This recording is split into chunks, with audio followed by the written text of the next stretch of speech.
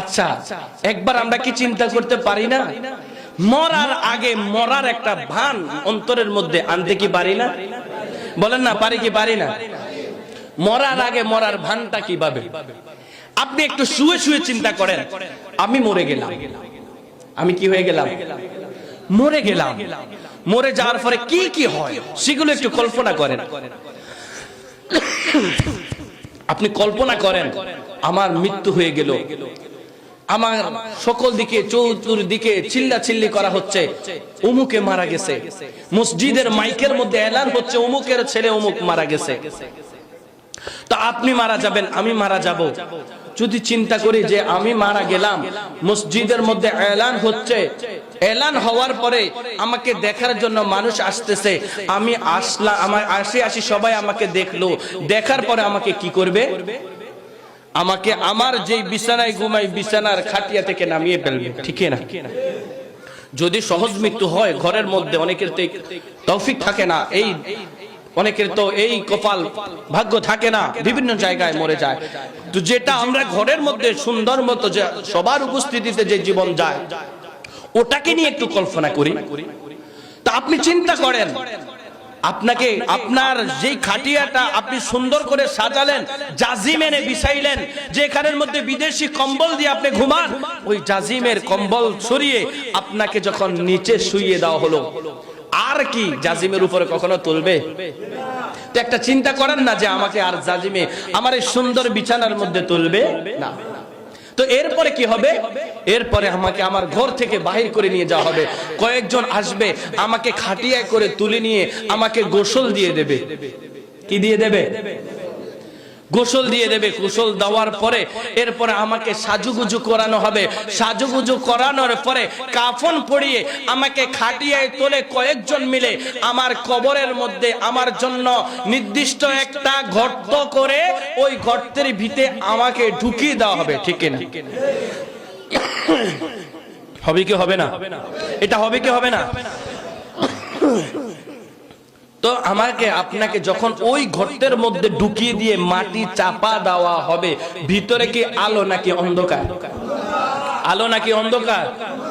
আচ্ছা, ওই অন্ধকারের মধ্যে যদি আমরা আলো চাই, চাই কি চাই না? আলো নূর চাই কি চাই না?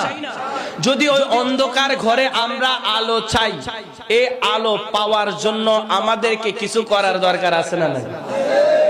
আমার রাসূল করিম সাল্লাল্লাহু আলাইহি ওয়াসাল্লাম হাদিসে মুবারাকার মধ্যে বলে, যখন কোন মৃত ব্যক্তিকে কবরের মধ্যে রাখা হয়, এরপরে উপরে যখন বাঁশের ছানি দিয়ে তাকে ভিতরে রাখি দেওয়া হয়, ওই সময় এত অসহায় হয়ে যায়, অসহায় হয়ে কান্নাকাটি করে ডাক দেয়, ও আমার বন্ধু, ও আমার সন্তান, ও আমার বাবা, ও আমার ভাই, চাচা জ্যাঠা, আত্মীয় স্বজনরা রে, আমি তো আপনাদের অনেক প্রিয় ছিলাম, আমাকে আপনারা অনেক ভালোবাসতেন, আমি একদিন খাবার খাইতে ঘরে না আসলে মা গো তুমি তো খাবার খাইতে না, আমি একদিনে ঘরে না আসলে আমার স্ত্রী খাবার খাইতো না, আমার সন্তানরা আমার দিকে চেয়ে থাকতো, ওই সন্তানগুলো আজকে আমাকে কবরের মধ্যে রেখে দিল, ওই বাবা আমাকে কবরের মধ্যে রেখে দিল, ওই আপন ভাইটা, যেই ভাইয়ের জন্য সারাটা জীবন কষ্ট করে যে সম্পদ গড়েছি অর্ধেক ওই ভাইয়ের নামে দিয়েছি,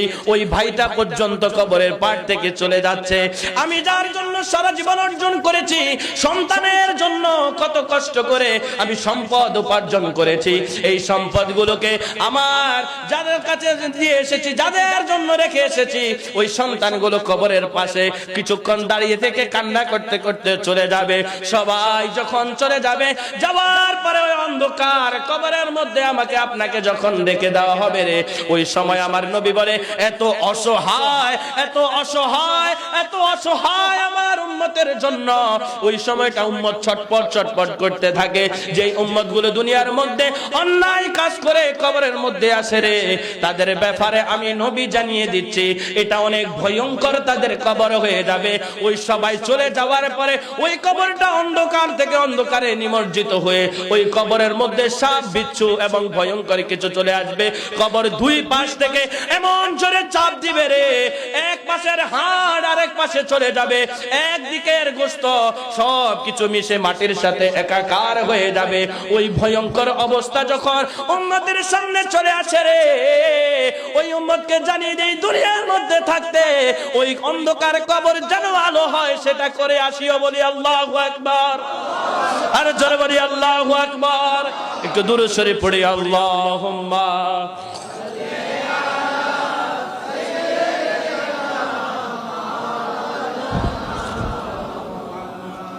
ওয়া আলা আলি সাইয়্যিদিনা।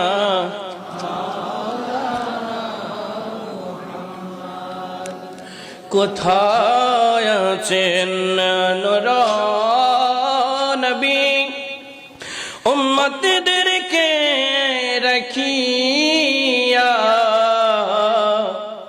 উম্মত আপনার কাঁদে গো নবীজি, নবী নবী বলিয়া। আল্লাহুম্মা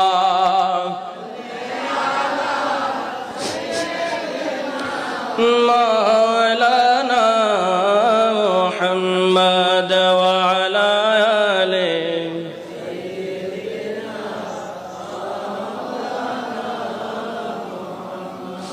আমরা কবরের মধ্যে আলো চাই কি চাই না? বলেন না, আলো চাই কি চাই না? কে কে কবরের মধ্যে আলো চাই হাত তুলে দেখায়। নারায়ে তাকবীর, নারায়ে রিসালাত, নারায়ে রিসালাত। আল্লাহ রাব্বুল আলামিন কবুল করুক, বলে আমিন। আর কবরের মধ্যে আলো চাইলে আলো নিয়ে যাওয়ার ব্যবস্থা করতে হবে কি হবে না? রাসূল করিম সাল্লাল্লাহু আলাইহি সাল্লাম যখন মেরাজে গেলেন, নবীজিকে আমার আল্লাহর সৃষ্টি জগতের সবকিছু 18,000 মাখলুকাত, 80,000 আলম, দীর্ঘ 27 বছরে আমার নবীকে আমার আল্লাহ দেখিয়ে দেখিয়ে সবকিছু নবীজের নলেজে দিয়ে দিয়েছে। বলি সুবহানাল্লাহ। নবী পাক সাল্লাল্লাহু আলাইহি ওয়াসাল্লাম মেরাজের মধ্যে গমন করার পরে নবীজি সাল্লাল্লাহু আলাইহি ওয়াসাল্লামকে জাহান্নামের পাশ দিয়ে নিয়ে যাওয়া হচ্ছে। নবীজি ডাক দিয়ে বলে, জিবরাইল রে, ও জিবরাইল, এত ভয়ঙ্কর আযাব, অন্ধকার অন্ধকার, এত জাহান্নাম কি এত ভয়ঙ্কর। জিবরাইল ডাক দিয়ে বলে, ইয়া রাসূলুল্লাহ, ইয়া হাবিবাল্লাহ, নবী গো, আপনার উম্মতদের জন্যই এই জাহান্নাম বানানো হয়েছে। নবী গো, আপনাকে আমি জানিয়ে দেই আমার আল্লাহ এই জাহান্নামকে কত ভয়ঙ্কর করেছে গো নবী। ইয়া রাসূলুল্লাহ, আমার আল্লাহ রাব্বুল আলামিন বলেছেন এই জাহান্নামের আগুনটাকে আমার আল্লাহ রাব্বুল আলামিন 1000 বছর আগুনে উত্তপ্ত করেছে। সেটা ছিল লাল কালার, হয়ে গেল সেটা থেকে সাদা কালার। আবার 1000 বছর উত্তপ্ত করার পরে এটা লাল থেকে অন্ধকার কালো হয়ে গিয়েছে। আর এই কালো অন্ধকার, এই ভয়ঙ্কর জাহান্নাম রাখা হয়েছে যেই ব্যক্তিগুলো দুনিয়ার মধ্যে আল্লাহ রাব্বুল আলামিনের রুবুবিয়তের বিপরীত চলেছে, আল্লাহ রাব্বুল আলামিনের গোলামি থেকে দূরে থেকেছে, দুনিয়ার মধ্যে ফিতনা ফাসাদ সৃষ্টি করেছে, দুনিয়ার মধ্যে একজনের সাথে আরেকজনের সম্পর্ক ছিন্ন করে দিয়েছে, যারা দুনিয়ার মধ্যে সুদের সাথে মিশে গিয়েছে, যারা দুনিয়ার মধ্যে ঘুষের সাথে মিশে গিয়েছে, যারা দুনিয়ার মধ্যে মা বাবার অবাধ্য হয়েছে, আল্লাহ রাসূলের সাথে নাফরমানি করেছে, এই ব্যক্তিগুলোকে জাহান্নামের মধ্যে ফেলে দেওয়া হবে। আমার নবী বলে, উম্মতেরা রে, যদি এই জাহান্নাম কঠিন ভয়ঙ্কর জাহান্নামে পড়তে না চাও, তোমাদের কাছে আমি নবীর নসিহা হলো, ওই জাহান্নাম থেকে বাঁচতে হলে অবশ্যই দুনিয়ার মধ্যে আমার আল্লাহ রাব্বুল আলামিনের গোলামিয়ত মানতে হবে। চিৎকার বলি আল্লাহু আকবার। আল্লাহ পাক রব্বুল আলামিন আমাদেরকে যে পথ দেখিয়ে দিয়েছে, এই পথে চলার দরকার আছে না নাই? ওই কবরের অন্ধকারকে দূর করার জন্য আমার নবীর দুরূদ শরীফ দরকার আছে না নাই? 5 ওয়াক্ত নামাজ দরকার আছে না নাই? আমার নবীর দেখানো পথ এবং মতে চলে মা বাবার সন্তুষ্টি অর্জন করার দরকার আছে না নাই? আমার রাসূল করিম সাল্লাল্লাহু আলাইহি ওয়াসাল্লামের নূর দ্বারা যদি আলোকিত করতে চাও, ওই অন্ধকার কবরের মধ্যে যাবার আগে রাসূলের দেখানো পথ এবং মতে নিজের জীবনকে উৎসর্গ করে দাও। পারবেন কি পারবেন না? এইভাবে যদি নিজের জীবনকে আল্লাহর জন্য কোরবানি করতে পারেন, রাসূলের জন্য যদি কোরবানি করতে পারেন, আমার রাসূলের শান ও আজমতের মধ্যে কখনো অন্যায় ভাবে নবীজির রাসূল করিম সাল্লাল্লাহু আলাইহি সাল্লামের শান ও আজমতে বেয়াদবি হয় এমন কোন কথা, এমন কোন কাজ কখনো আমরা করতে পারি না, ঠিক কিনা? আমরা নবীজির শানে দুরূদ সালাম প্রেরণ করি, নবীজি সাল্লাল্লাহু আলাইহি ওয়াসাল্লামের শানে আমরা নাতে মুবারাকা পড়ে থাকি। আমাদের একটাই চাওয়া, আমার নবী আমাদের উপর খুশি হবে এবং আমার নবী খুশি হলে আল্লাহ খুশি হয়ে যাবে। বলি সুবহানাল্লাহ, আর জোরে বলি সুবহানাল্লাহ। আমরা আমাদের নবীজিকে দেখতে চাই কি চাই না? বলেন না, চাই কি চাই না? নবীজির দিদার পাইতে চাই কি চাই না? নবীজির দিদার পাইতে চাই কি চাই না? যদি চাই আমরা বেশি বেশি নবীজিকে আমরা স্মরণ করব, আল্লাহকে স্মরণ করব। বলি ইনশাআল্লাহ, আর জোরে বলি ইনশাআল্লাহ। নবীর চরণেতে সারা জীবন আমি থাকবো, নবীর দরুদেতে সারা জীবন আমি থাকবো, ভালোবেসে নূর নবীকে নয়নের তারা করে রাখবো, নবীর চরণেতে সারা জীবন আমি থাকবো।